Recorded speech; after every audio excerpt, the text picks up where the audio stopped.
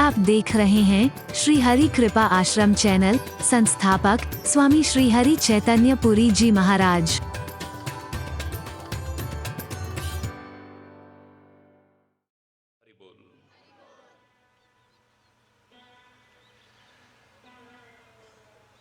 बेकार ना चला जाए हमारा जीवन,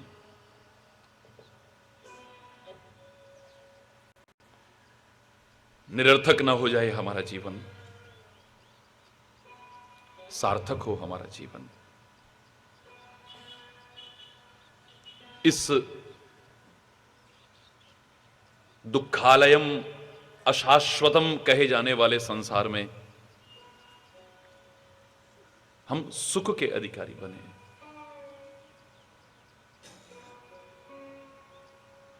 कोई चूक हमसे ऐसी ना हो जाए, कोई गलती हमसे ऐसी ना हो जाए। जानबूझ करके तो क्या, भूल करके भी हमसे कोई भूल ना हो जो हमारे जीवन को पतन के कगार पर पहुंचा दे।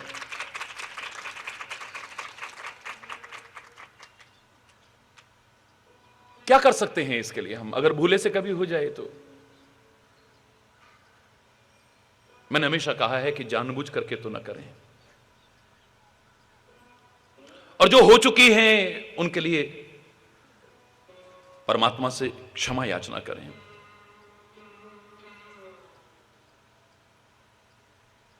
गलतियां ना हो, गलतियां ना हो, ये कहने के साथ साथ मैं इतना जरूर कहूंगा कि जीव गलती का पुतला है जो अक्सर हो ही जाती है।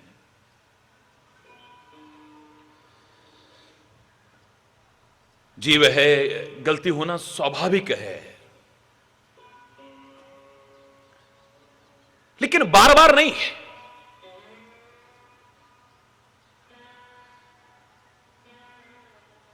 ये इंसान कहलाने का अधिकारी कब है? जब उस गलती को सुधारने की कोशिश करे।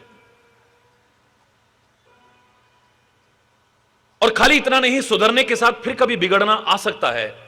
बहुतों को देखा है, अभी सुधरते हैं फिर बिगड़ जाते हैं, सुधरते हैं फिर बिगड़ जाते हैं, सुधरते हैं फिर बिगड़ जाते हैं। साथ में गलती का सबसे बड़ा प्रायश्चित कर लिया जाए, और वो गलती का सबसे बड़ा प्रायश्चित क्या हो सकता है? तीर्थ यात्रा?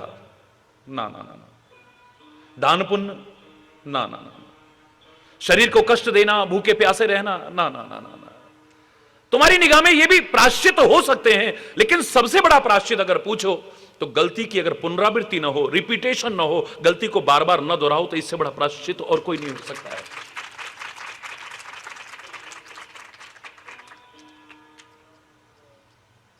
गलती को सुधारें, और खाली सुधारे ना, संकल्प लें कि फिर पुनरावृत्ति नहीं होगी इस गलती की। पुनरावृत्ति हुई तो भगवान भी माफ नहीं कर पाएंगे तुम्हें, और परमात्मा तो क्या माफ करेगा, एक महात्मा तो क्या माफ करेगा, तुम्हारी आत्मा ही तुम्हें माफ नहीं कर पाएगी। जब कभी शांति से विचार करोगे, तुम्हें अपने ऊपर शर्मिंदगी होगी, आत्मग्लानि होगी तुम्हें। बड़ी से बड़ी गलती भी क्षम्य हो सकती है, बशर्ते की। याद करो, मैंने कहा था आपसे, गंगा का हमारी संस्कृति में कितना महान महत्व है, इसे नकारा नहीं जा सकता है।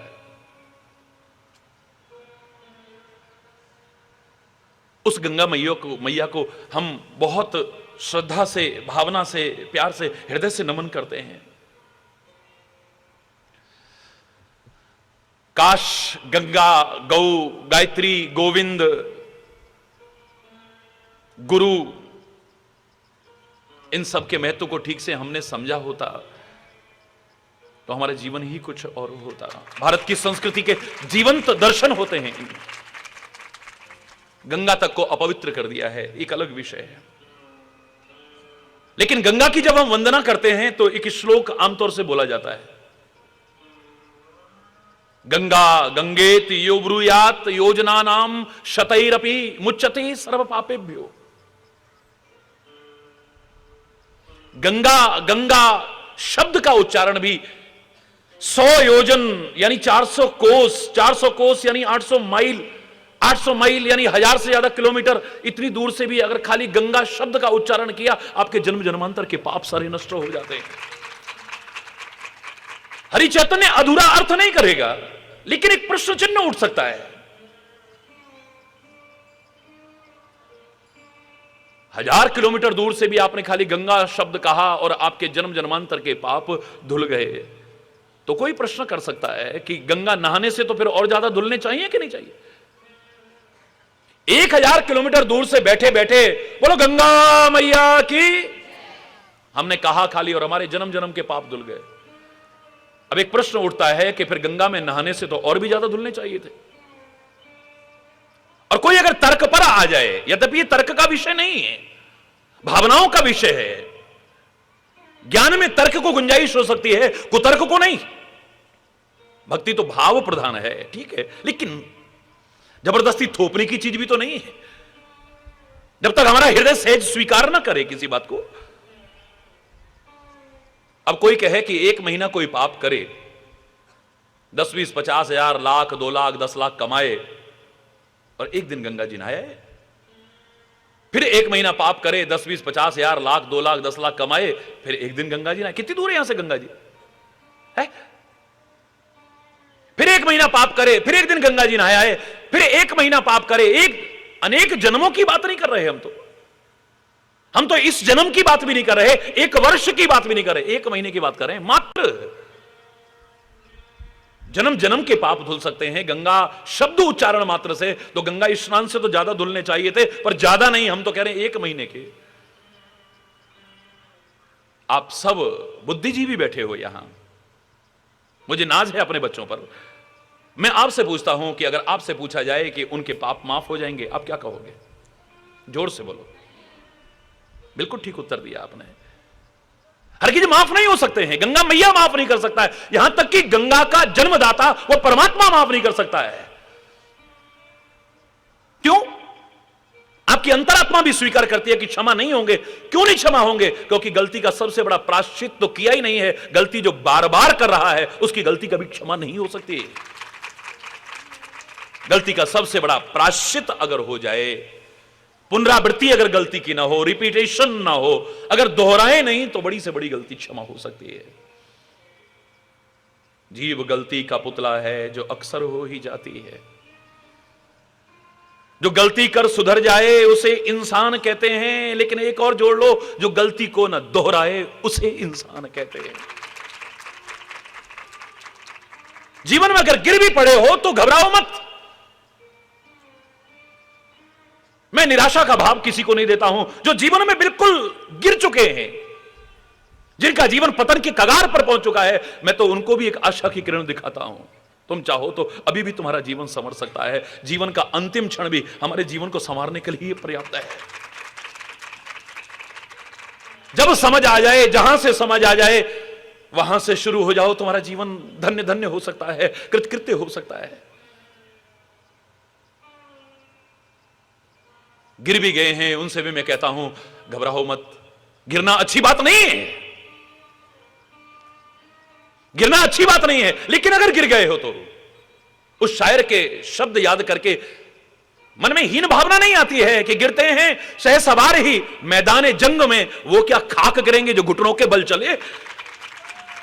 अरे जो घोड़े पर चढ़ा है वही तो गिरेगा, जो चलेगा वही तो गिरेगा, जो अभी घुटनों के बल चल रहा है वो क्या गिरेगा? खाक। इसे देख करके तो मैं कहूंगा गिरना भी कोई बुरी बात नहीं है, लेकिन गिर करके न संभलना या बार बार गिरना ये इंसानियत से दूर कर देता है। फिर हम इंसान कहलाने लायक नहीं रहते। गिर करके संभलते नहीं हैं यदि और बार बार गिरते रहते हैं तो फिर हम इंसान कहलाने के भी अधिकारी। कभी इंसान गिरता है, कभी गिर कर संभल जाता। जो गिर करके संभल जाए उसे इंसान कहते हैं। रहे इंसानियत जिसमें उसे इंसान कहते हैं। पराया दर्द पहचाने उसे इंसान कहते हैं। किसी के काम जो आए उसे, जोर से बोलो, उसे, ये बहुत लंबा सुनाया करता हूं आपको विस्तार से, लेकिन हम तो अपने विषय के आ रहे हैं। जो हमारा विषय चल रहा है। जीव गलती का पुतला है जो अक्सर हो ही जाती है, जो गलती कर सुधर जाए उसे इंसान, और जो गलती को न दोहराए उसे इंसान कहते।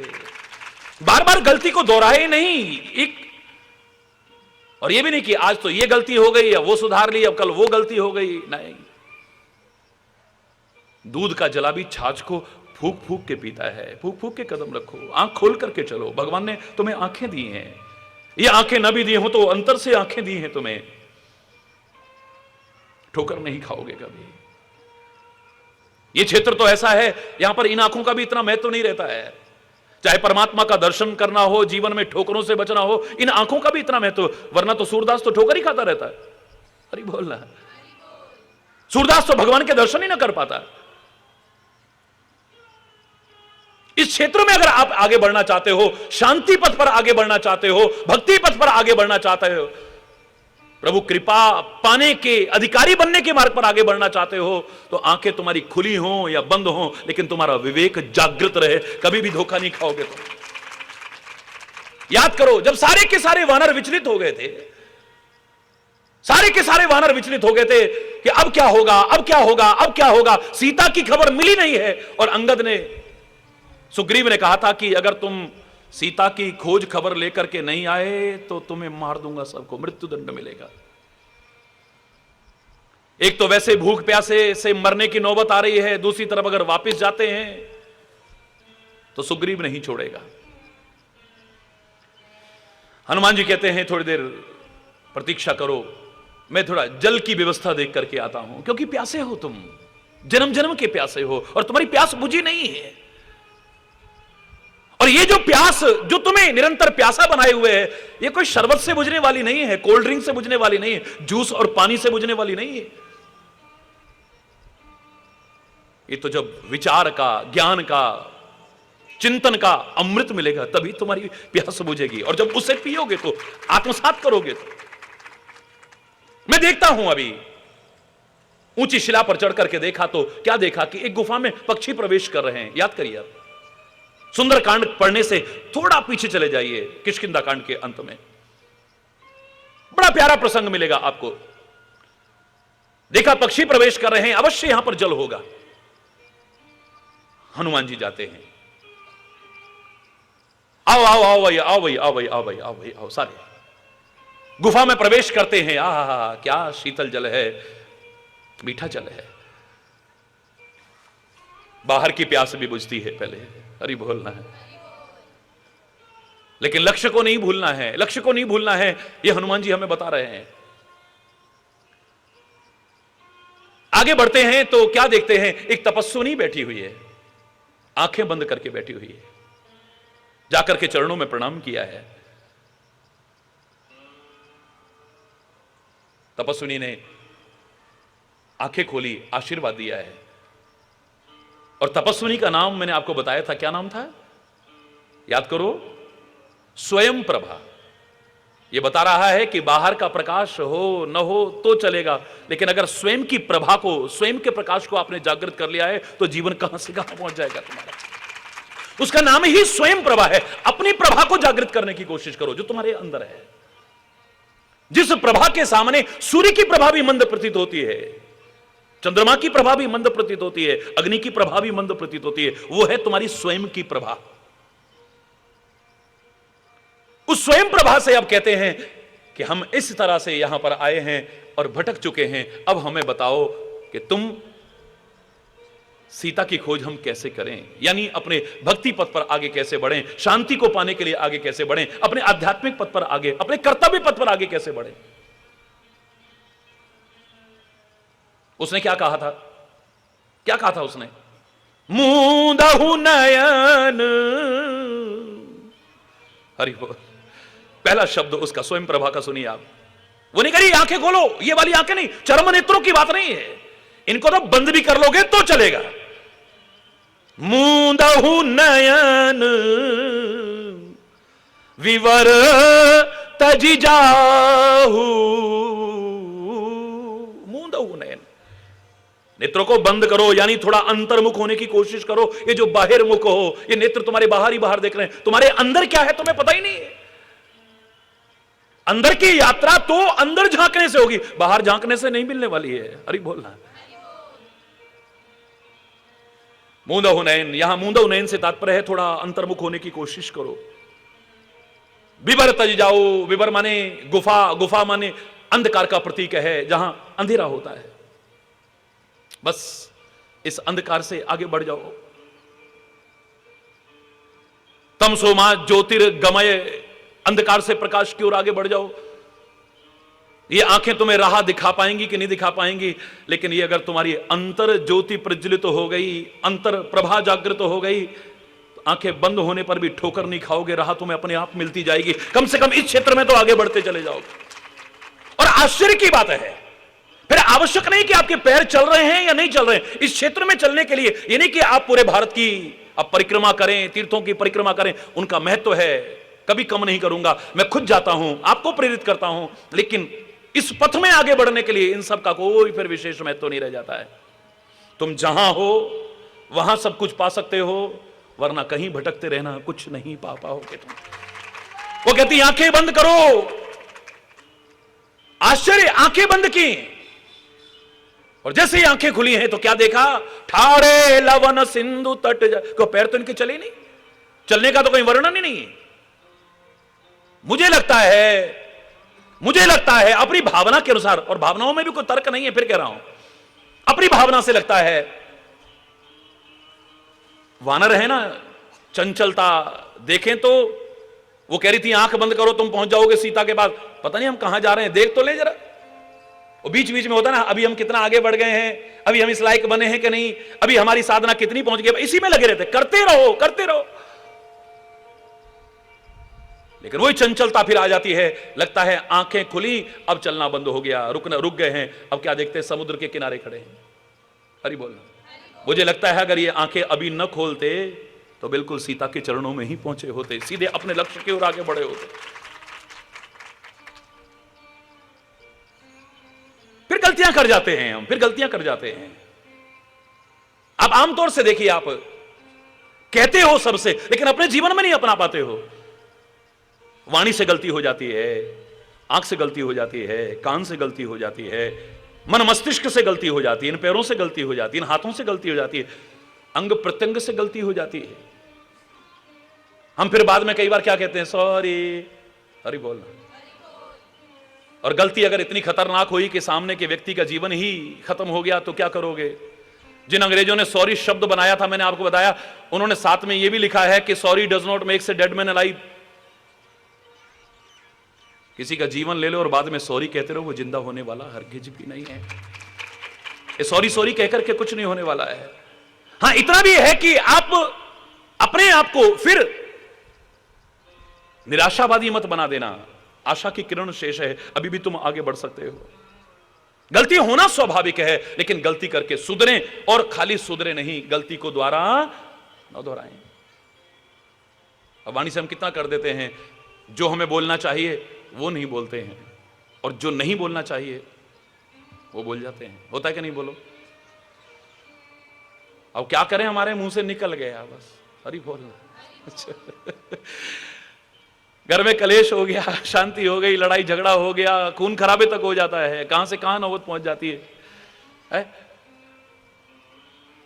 निकल गया बस, जबान से निकल गया, इस पे कंट्रोल नहीं है। क्या करें, कंट्रोल नहीं होता। अरे बोलना, जोर से बोलो ना। और जिसके जीवन में अपनी इंद्रियों पर कंट्रोल नहीं होता, उसके जीवन का कोई मोल नहीं होता। दावे से कह रहा हूं, कोई मोल नहीं होता। उसका जीवन अनमोल नहीं बन सकता है, कोई कीमत नहीं है उसके जीवन की, बेकार। जो बोलना चाहिए हम वो नहीं बोलते हैं, और जो नहीं बोलना चाहिए, कई बार, जोर से बोलो, वो बोल देते हैं। जिससे बोलना चाहिए उससे नहीं बोलते हैं, और जिससे नहीं बोलना चाहिए, जोर से बोलो ना, उससे बोल जाते हैं। जब बोलना चाहिए तब नहीं बोलते हैं, और जब नहीं बोलना चाहिए तब बोल जाते हैं। इसको तुम अच्छाई कहोगे या बुराई कहोगे? बोलो। है? जैसे बोलना चाहिए वैसे नहीं बोलते हैं, और जैसे नहीं बोलना चाहिए वैसे बोल जाते हैं।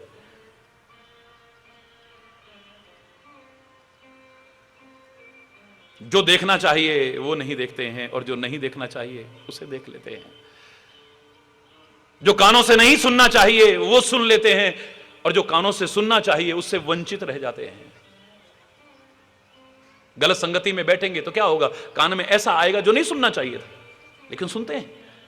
निंदा भी सुनते हैं, चुगली भी सुनते हैं, बुराई भी सुनते हैं, गंदगी सुनते हैं, दुनिया भर की सब कुछ सुनते हैं। जो नहीं सुनना चाहिए वो सुनते हैं, और जो सुनना चाहिए था वो नहीं सुनते हैं। यही गड़बड़ हो जाता है। एक मुख से जो खाना चाहिए, जो ग्रहण करना चाहिए वो ग्रहण नहीं करते हैं, और जो नहीं खाना चाहिए, बोलो ना, वो खा लेते हैं, वो पी लेते हैं। वही गड़बड़ हो जाता है। मन मस्तिष्क में जो सोचना चाहिए, जो चिंतन आना चाहिए वो नहीं आता है, और जो नहीं आना चाहिए पता नहीं कहां का क्या कर। और खास तौर से क्या करें महाराज जी, जब पूजा में बैठते ना, पता नहीं कहां का, पता नहीं कहां। प्रश्न भी बड़ा आलीशान प्रश्न है। हरि बोल हरि। इन पैरों से जहां चल करके जाना चाहिए वहां नहीं चल करके जाते हैं, और जहां नहीं जाना चाहिए वहां चले जाते हैं। इन हाथों से जो करना चाहिए था वो नहीं करते हैं, और जो नहीं करना चाहिए था वो कर बैठते हैं।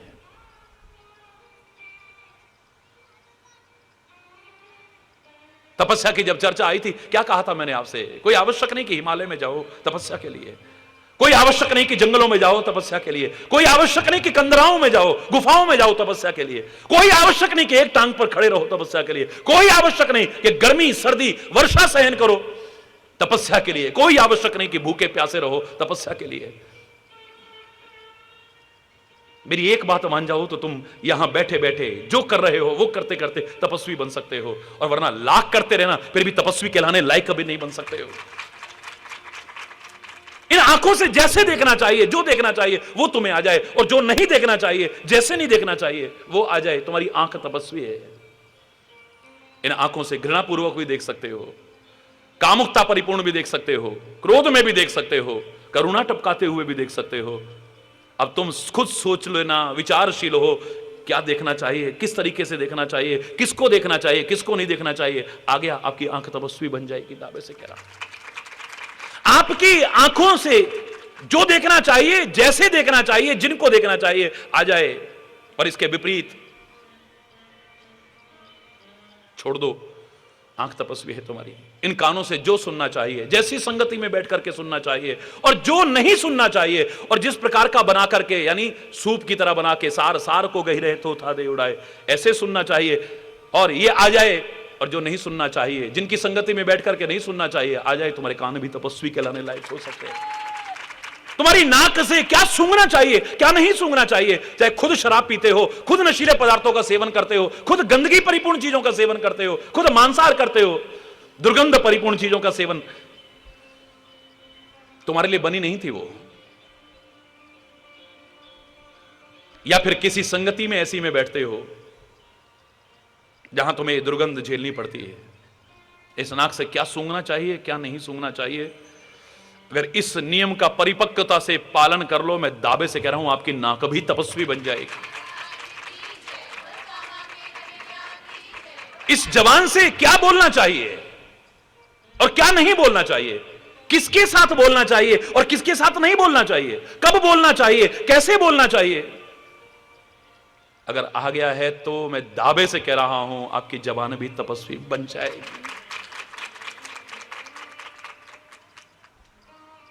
वाणी एक अमोल है, जो कोई बोले बोल, ये तराजू तोल के तब मुख बाहर खो,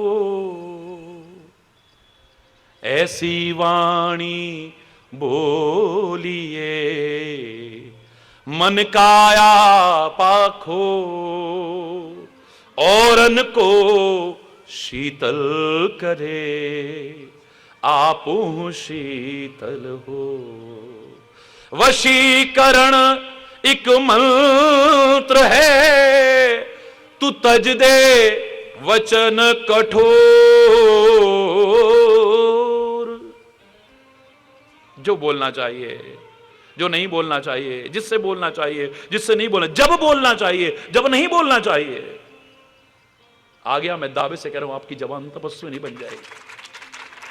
आपके मुख से क्या खाना चाहिए, क्या नहीं, क्या पीना चाहिए, क्या नहीं, अगर आ गया आपका मुख तपस्वी है। इन हाथों से क्या करना चाहिए, क्या नहीं करना चाहिए, अगर आ गया है, आपके हाथ तपस्वी हैं, दावे से कह रहा हूं। इन हाथों से अच्छे कर्म भी कर सकते हो, इन हाथों से बुरे कर्म भी कर सकते हो। इन हाथों से किसी को अभयदान भी दे सकते हो, घबराओ मत।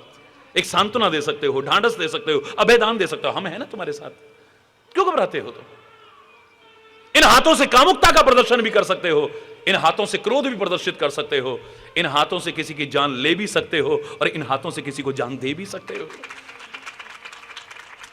डॉक्टर के भी हाथ ही हैं जो ऑपरेट करके उसकी जान को बचाते हैं, और हत्यारे के भी हाथ हैं जो दबा करके गला उसकी जान लेते हैं। हरि बोल। इससे प्यार भी कर सकते हो, इससे मार भी सकते हो। हरि बोल। दोनों काम हो जाएंगे इससे।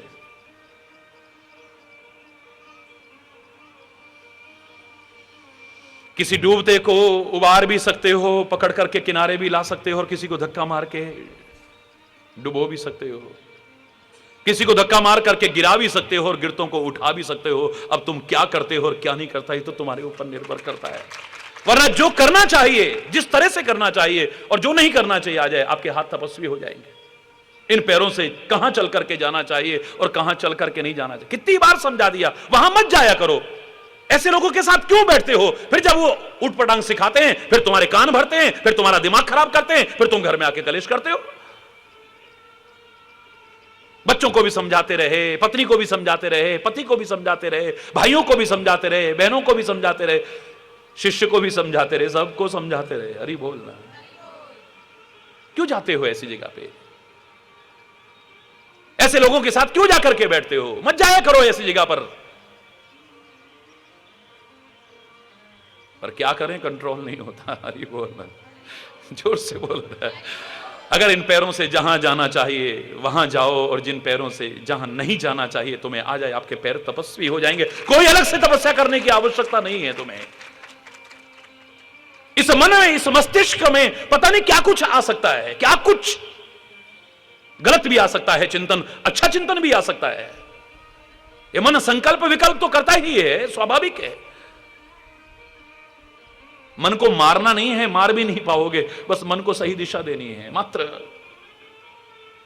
जो हमारे महापुरुषों ने कहा, ये मन संकल्प तो करता है, लेकिन तुम इतना सीख लो कि तुम्हें कैसे संकल्प करने। तन में मनः शिव संकल्पमस्तु। तुम इस मन से शिव शिव यानी कल्याणकारी ही संकल्प करो, सुंदर सुंदर ही संकल्प करो, अच्छे अच्छे संकल्प करो, सत्य संकल्प करो, शिव संकल्प करो, सुंदर संकल्प करो। मस्तिष्क में अच्छा चिंतन लाओ। आपका मन और आपका मस्तिष्क, चाहे तुम जंगल में जाकर के तपस्या करते हो या नहीं, एक टांग पर खड़े होते हो या नहीं, भूख प्यास सहते हो या नहीं, गर्मी सर्दी बारिश सहते हो या नहीं, विभिन्न प्रकार के शरीर को कष्ट और यातनाएं देते हो या नहीं, लेकिन ये तपस्वी बन जाएंगे, दावे से कह रहा हूं।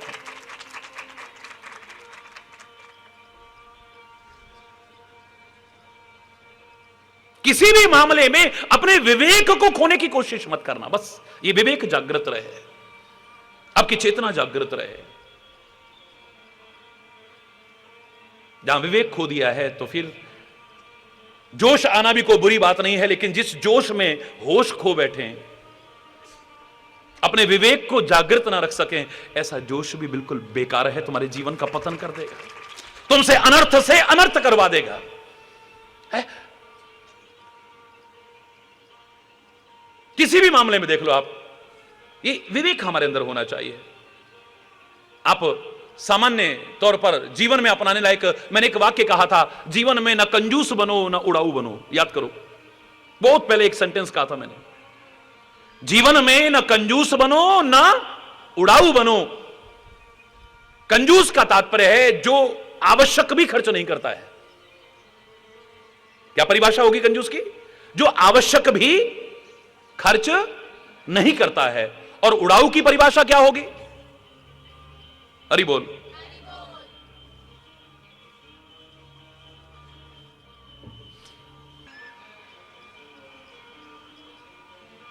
तो कंजूस वो है जो आवश्यक भी खर्च न करे,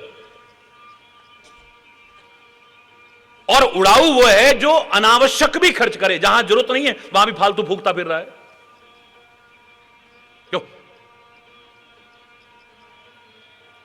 जो भोग करता है, उपभोग करता है, उपयोग करता है, यहां तक तो कोई बात नहीं, लेकिन दुरुपयोग करता है, कम से कम सदुपयोग नहीं करता है। तो ना कंजूस बनो, ना उड़ाऊ बनो। मितव्ययता को अपनाना कंजूसी नहीं है, इकोनॉमिकल होना को बुरी बात नहीं। मितव्ययता को अगर अपनाते हो, जहां अब ये खाली पैसे से संबंधित नहीं है, याद रखना जीवन में पैसा भी जहां आवश्यक हो वहां खर्च करो, जहां आवश्यक नहीं है वहां व्यर्थ में उड़ाओ मत। बोलने के बारे में भी है, जहां आवश्यक हो वहां बोलो, जहां आवश्यक ना हो एक शब्द भी मुख से मत बोलो।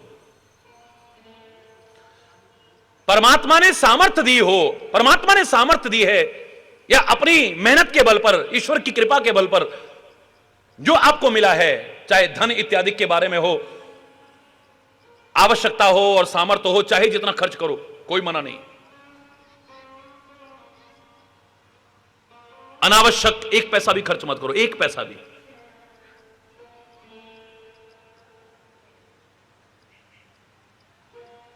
कईयों को बड़ा विचित्र सा लगता है, महाराज जी तो आलपिन भी अगर लेटर में आता है ना, चिट्ठी में, तो वो भी निकाल लेते हैं। हरि बोलना। मिठाई के डिब्बे के ऊपर से रबड़ बैंड भी है, महाराज जी आप उसको भी रख देते हो, तो मैं कौन सा कोई बेचने जाता हूं, तुमको पकड़ा देता हूं बाद में, आवश्यकता पड़ती है तो। अनावश्यक एक पैसा भी खर्च ना हो, याद रखना।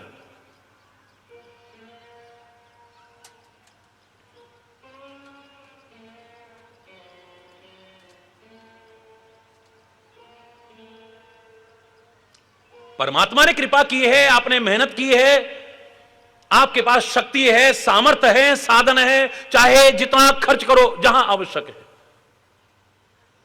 यह धन इत्यादि के बारे में हो गया। और जहां आवश्यक नहीं है एक पैसा भी बर्बाद मत करो। समझ में आ रहा है? जोर से बोलो। वाणी के संबंध में भगवान ने आपको बड़ा सुंदर कंठ दिया है, बड़ी सुंदर जबान दी है, गूंगा नहीं बनाया है आपको, शक्ति और सामर्थ्य भी दी कि आप खूब बोल सको, लेकिन जहां आवश्यक है खूब बोलो, जहां आवश्यकता न हो वहां पर एक शब्द भी, जोर से बोलो, एक शब्द भी मत बोलो। व्यर्थ में जब तुम बोलते हो तो तुम्हारे मुख का एक निकला हुआ शब्द भी पता नहीं क्या अनर्थ करवा दे।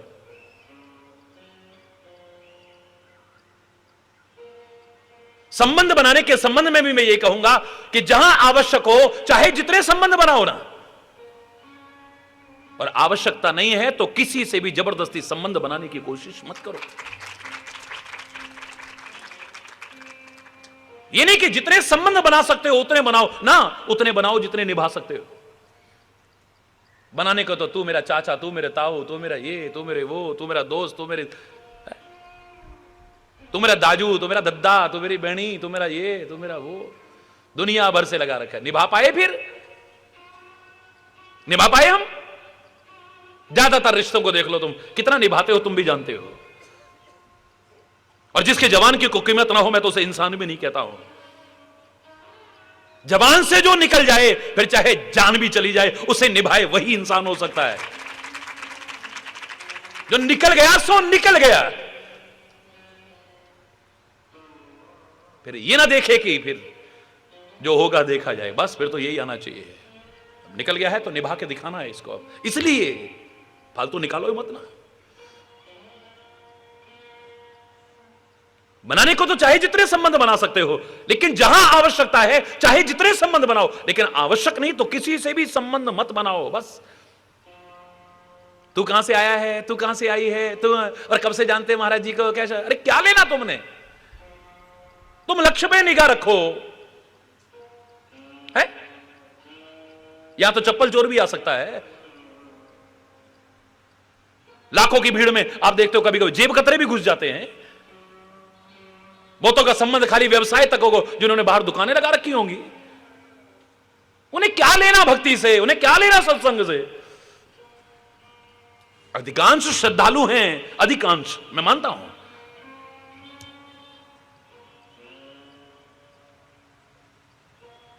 क्या करना?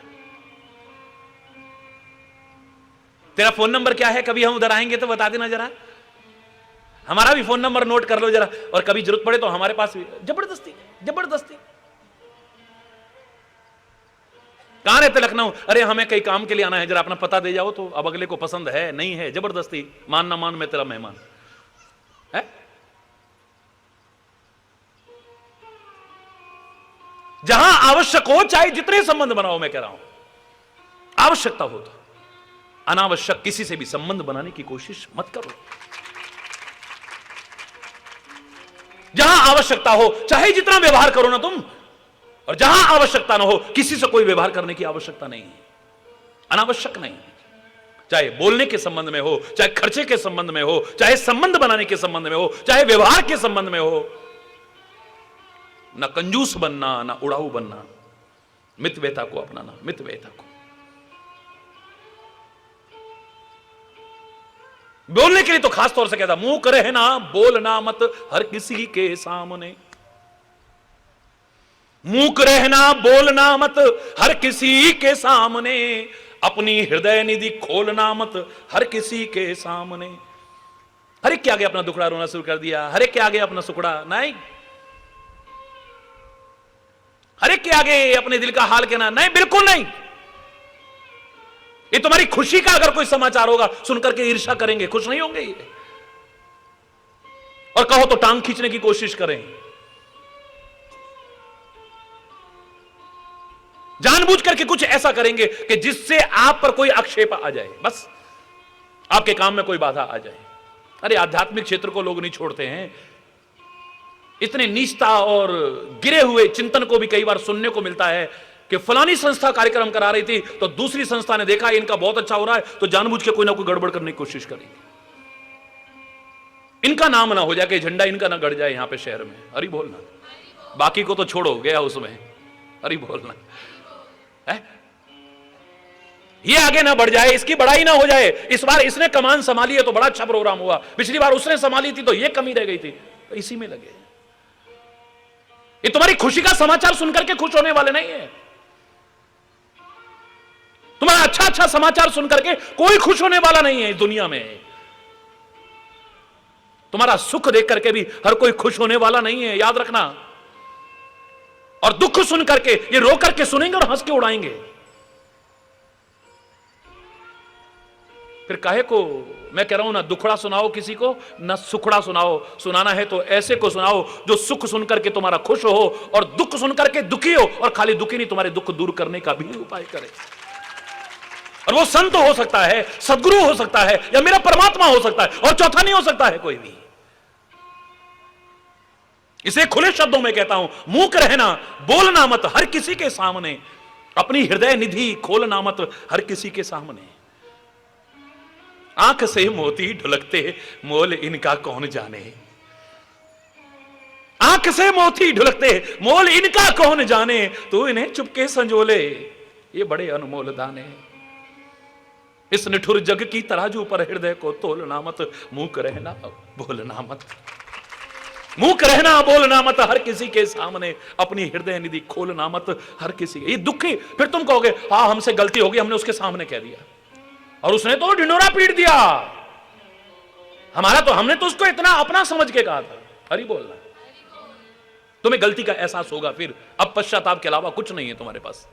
ग्लानि के अलावा और कुछ नहीं है तुम्हारे पास। शर्मिंदगी के अलावा और कुछ भी नहीं है। और लड़ाई झगड़ा हो जाए वो अलग विषय है।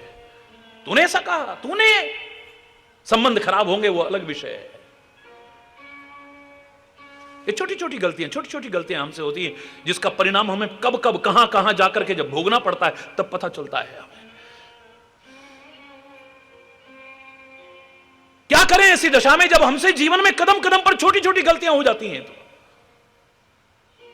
एक तो देखो कि फलाने से ये गलती हुई है, उसका ये दुष्परिणाम उसको भोगना पड़ा, कम से कम वो गलती हम अपने जीवन में करने की कोशिश ना करें, प्रेरणा ले लें उससे।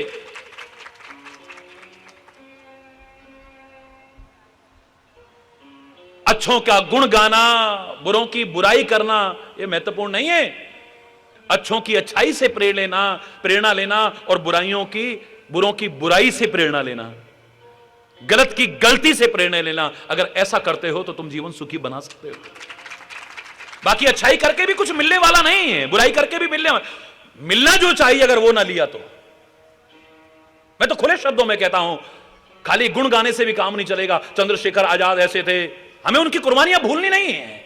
उधम सिंह ऐसे थे, सरदार भगत सिंह ऐसे थे, चंद्रशेखर आजाद ऐसे, सुभाष चंद्र बोस ऐसे थे, महात्मा गांधी ऐसे थे, फलाने ऐसे थे, ठिकाने ऐसे थे, राम ऐसे, कृष्ण ऐसे, दुर्गा ऐसी, पार्वती, शंकर ऐसे, चैतन्य महाप्रभु ऐसे, जगतगुरु शंकराचार्य ऐसे, विवेकानंद ऐसे। पर तू कैसा है?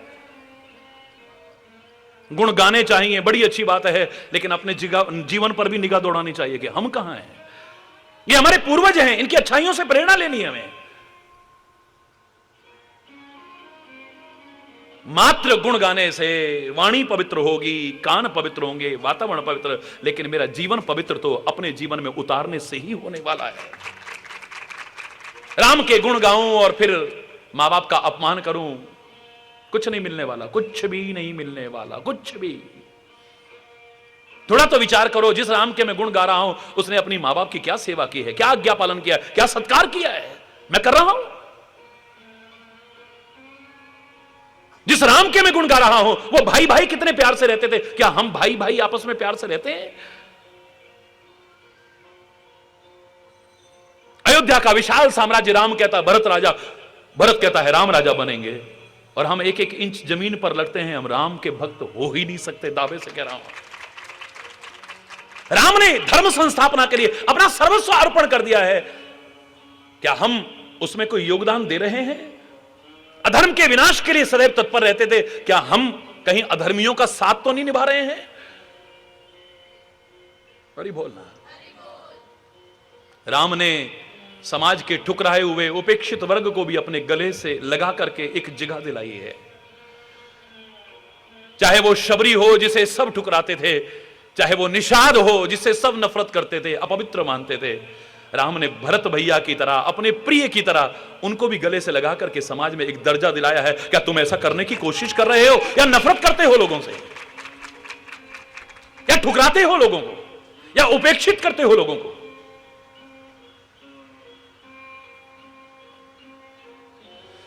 मेरे परमात्मा राम ने तो निश्चेष्ट हो चुकी, जड़ नहीं जड़वत हो चुकी, पत्थर नहीं पत्थर की तरह हो चुकी उस अहिल्या में भी चैतन्यता जागृत की थी। क्या तुम अभी खुद चैतन्य हो पाए हो? खुद चैतन्य होकर के औरों में चैतन्यता जागृत करने लायक बनो, तब राम के सच्चे अनुयायी कहला सकते हो। बाकी कई बार लोग बड़ी तड़ी मारते हैं, हमारे दादाजी चीफ मिनिस्टर थे, हमारे ताऊ जी बहुत बड़े उद्योगपति थे, हमारे चाचा जी कमिश्नर थे, हमारे फूफा जी ये थे, हमारे मामा जी ये थे, और हमारे दाजू ये हैं, हमारे भैया ये हैं, हमारे वो ये हैं, हमारे वो ये हैं। तू क्या है? मैं तो अभी बेरोजगार चल रहा हूं। तेरे को जो मिलेगा अपने करने से मिलेगा, दूसरे के करने से कुछ नहीं मिलने वाला है।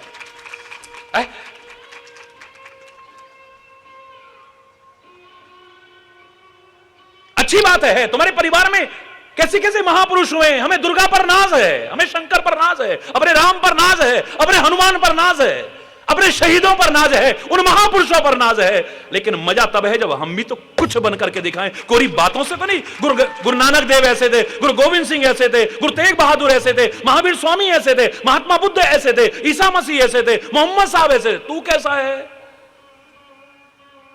थोड़ा तो निगाह दौड़ा, थोड़ा तो तू भी अपने जीवन में उन आचरण में लाने की कोशिश कर, उन गुणों को, उन दिव्यताओं को, उन मर्यादाओं को। हरि बोलना, और जोर से बोलना।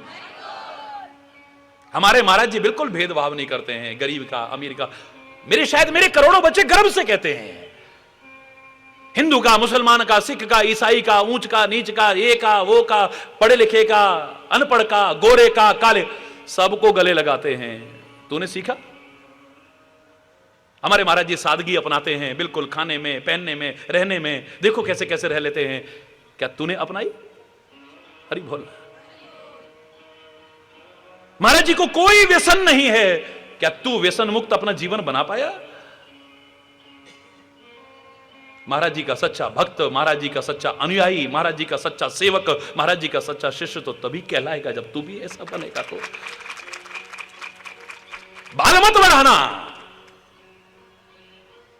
ऐसे कपड़े छोड़ करके ये मत पहनना, घर बार छोड़ करके मत आना, मंच पर बैठ करके कथा मत करना।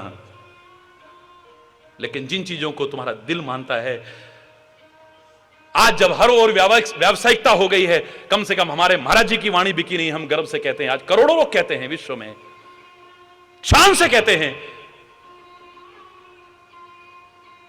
मेरे शायद तो ना समझी से जो मूर्खतावश आलोचना भी करते होंगे, 36 बढ़ाई तो वो भी कर जाएं अगर उनसे पूछा जाए, क्यों तेरे को ठगा कभी?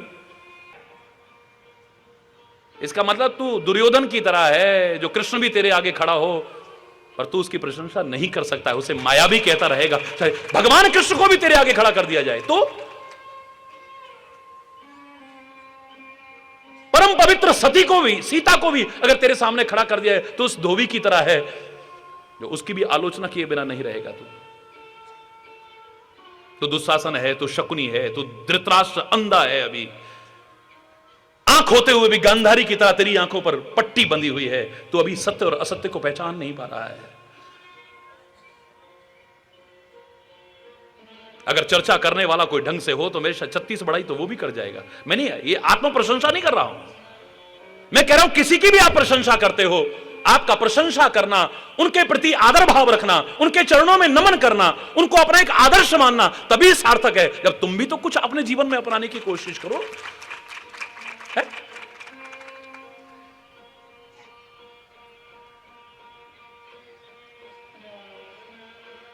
सीखने वाले दुनिया की गलतियों से सीख लेते हैं, हम तो अवतारों से, महापुरुषों से, दिव्य आत्माओं से भी नहीं सीख पा रहे हैं। हरि बोला।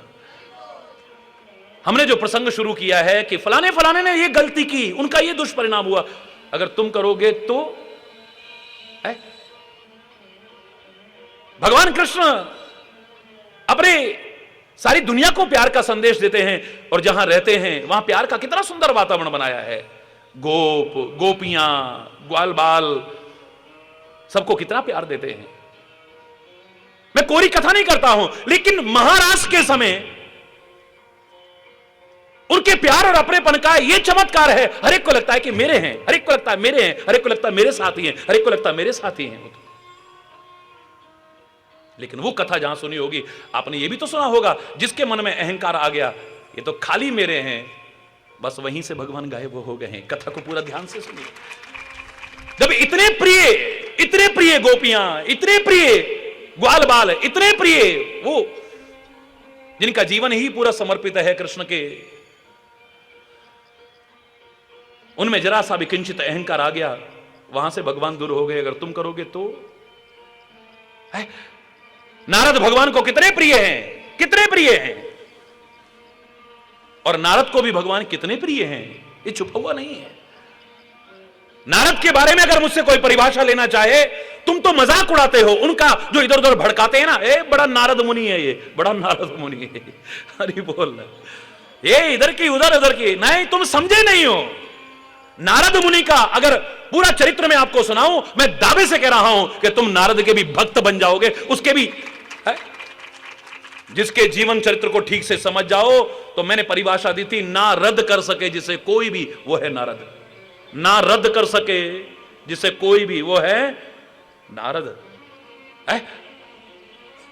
लेकिन ऐसे नारद में भी जिसने काम पर विजय प्राप्त कर ली, जिसने क्रोध पर विजय प्राप्त कर ली, लेकिन जरा सा अहंकार आ गया, भगवान को प्रिय लगा। परमात्मा होते हुए ये नहीं देखते कि मैं परमात्मा हूं, कितना सम्मान देते हैं। नारद जी को प्रवेश करते देखा है, तुरंत सिंहासन से नंगे पर उतर करके आगे बढ़ते हैं। स्वागत करते हैं, सत्कार करते हैं, चेहरे पर मुस्कुराहट का भाव लेकर के, आंखों में करुणा का जल लेकर के। नारद के मन में भी प्रसन्नता, भगवान देखो मेरे को देख के कितने खुश हुए हैं। पूरा प्रसंग पढ़ के देखिए कभी, मैं पूरा प्रसंग नहीं सुना रहा हूं, एक इशारा कर रहा हूं हल्का सा। न समझ में आए तो रामायण में फिर देखिएगा, और वरना मेरे से पूछिएगा।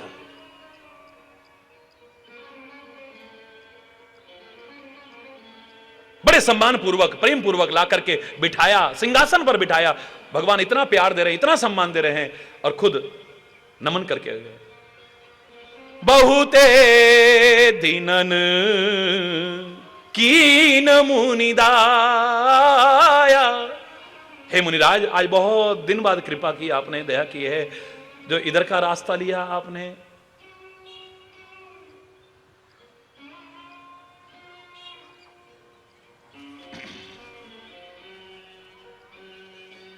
नाराज जी यूं ही करने में बस ये अकड़ खा गई, कितनों को अकड़ ही खा गई सर।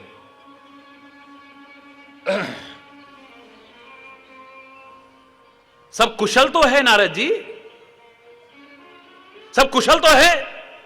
नारद कयो सहित अभिमाना, कृपा तुम्हारी सकल भगवान। सब आपकी कृपा है, शब्द बुरे नहीं है, लेकिन अहंकार का पुट लगा हुआ है। कोई पूछे क्या हाल है, अरे साहब सब आपकी कृपा है। देखना जरा ध्यान से, एक से पूछा क्या हाल है, हाँ सब आपकी कृपा है, सब ठीक ठीक, हरि बोल। दोनों में फर्क नहीं लगा आपको, शब्द वही है, बिल्कुल शब्द वही है। सब आपकी कृपा है जी, हाँ सब आपकी कृपा है, सब आपकी कृपा है।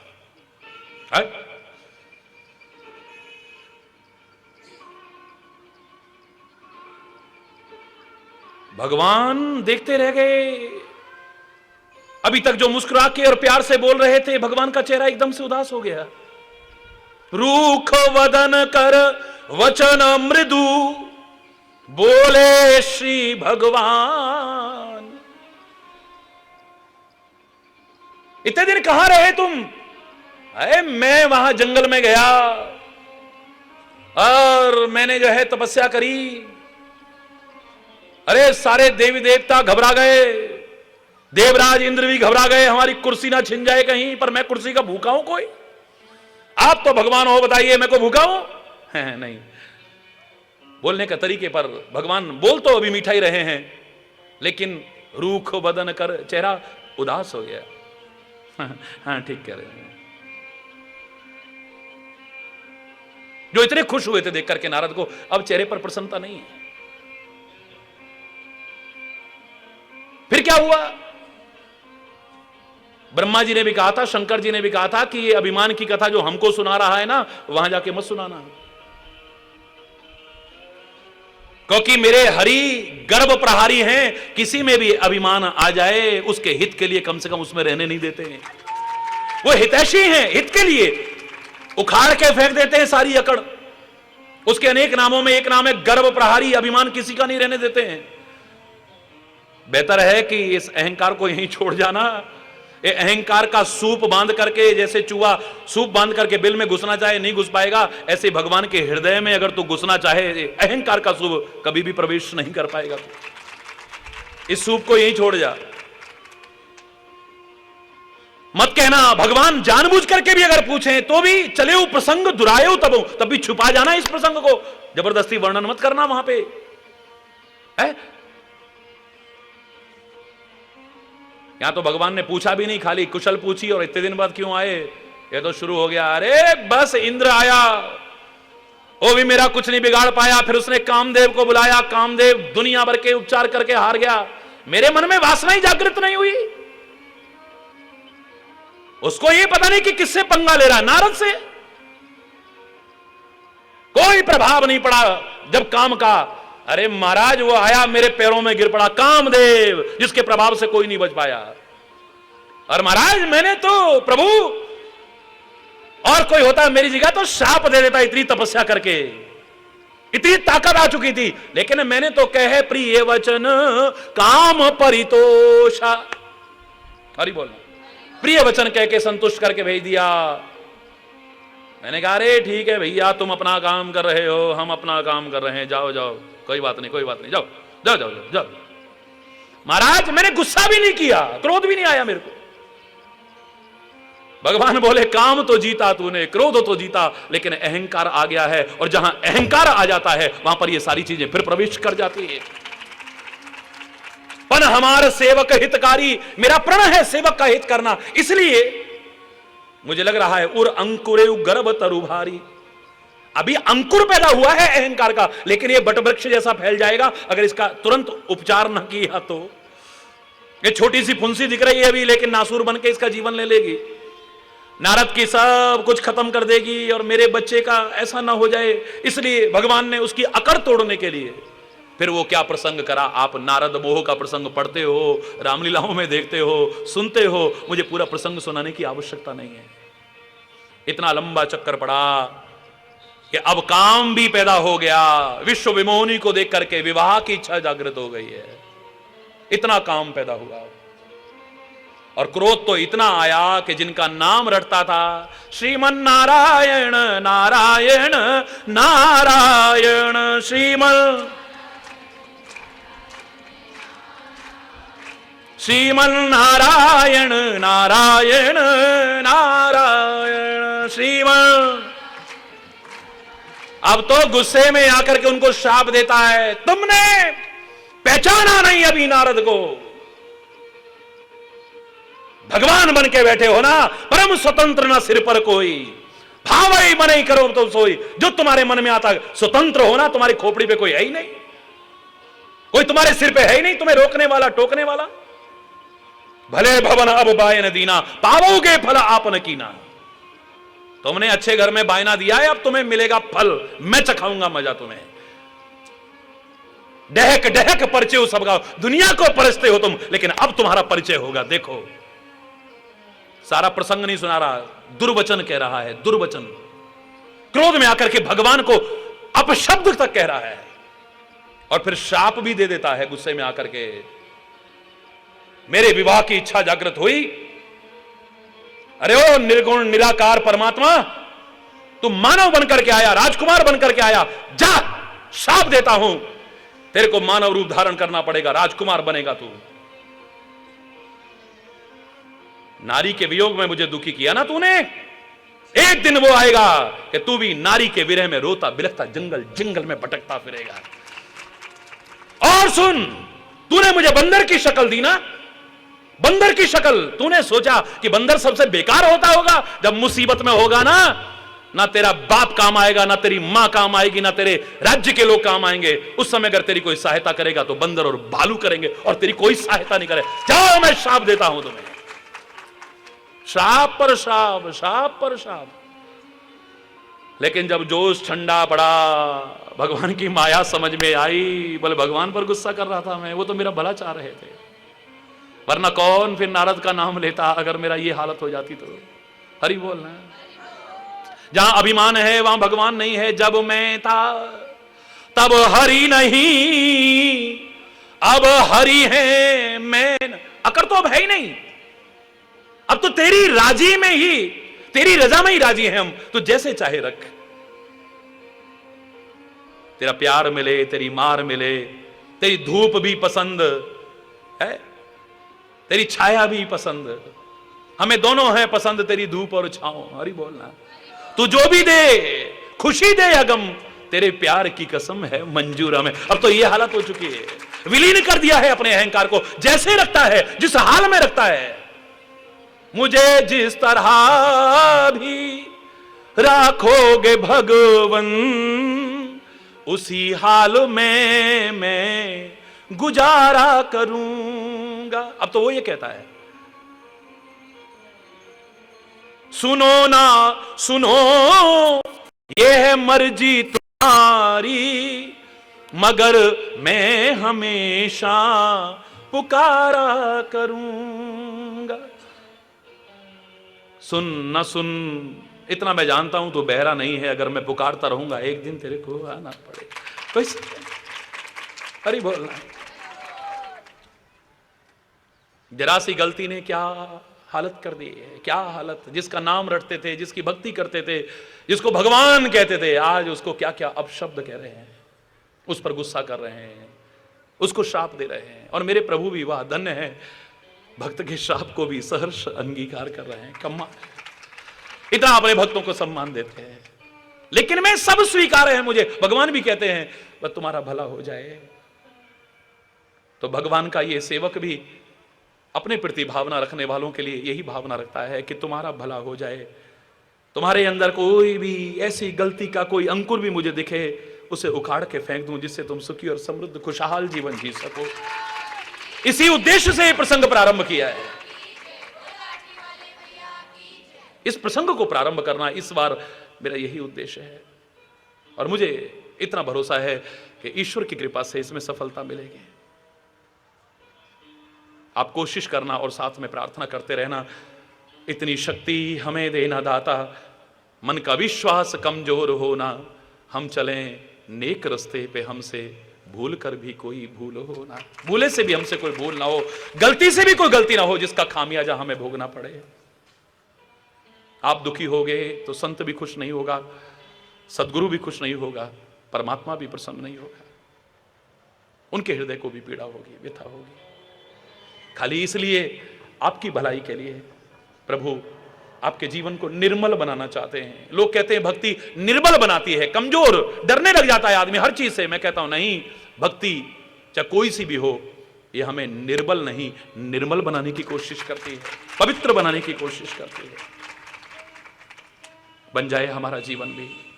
किस किस ने क्या क्या गलती की, क्या परिणाम हुआ, हमारे जीवन का ना हो, ये प्रेरणा लेंगे हम। किस किस ने अच्छा जीवन जिया, उनका जीवन अच्छा बना, ये प्रेरणा लेंगे हम। भूल करके भी यदि ना हो हमसे भूलें, बोलो रोज बोलना है ये, भूल करके भी हमसे ना हो भूलें, सदगुरु के वचन और परमात्मा को न भूलें, तो फिर फले फूलें, कोई चिंता की जरूरत नहीं। इसी के साथ में आज समय अभाव के कारण अगर कोई गलत शब्द निकला हो, उसके लिए क्षमा चाहता हुआ अपनी वाणी को विराम दूंगा। एक बार जोर से बोलेंगे, धर्म की अधर्म का प्राणियों में, विश्व का, गौ माता की, भारत माता की, गंगा माता की, संत समाज की, भारत की देवियों की जय, भक्त समाज की जय।